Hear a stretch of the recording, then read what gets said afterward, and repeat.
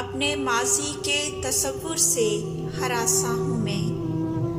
अपने गुजरे हुए अयाम से नफरत है मुझे।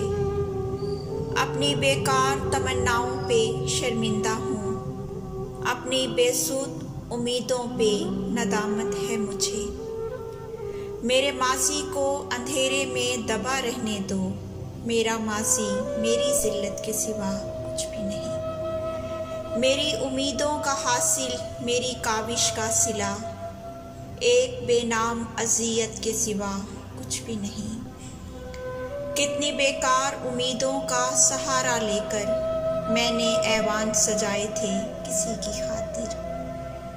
कितनी बेरब तमन्नाओं के मबहम खाके अपने ख्वाबों में बसाए थे किसी की खातिर। मुझसे अब मेरी मोहब्बत के फसाने न कहो। मुझको कहने दो कि मैंने उन्हें चाहा ही नहीं।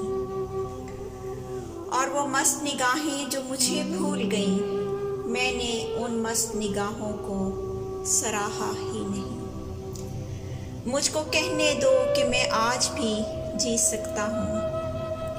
इश्क नाकाम सही, जिंदगी नाकाम नहीं। उन्हें अपनाने की ख्वाहिश, उन्हें पाने की तलब, शौक बेकार सही, सही गम अंजाम नहीं। वही गेसू, वही आरस, वही नजरें, वही जिस्म। मैं जो चाहूँ तो मुझे और भी मिल सकते हैं।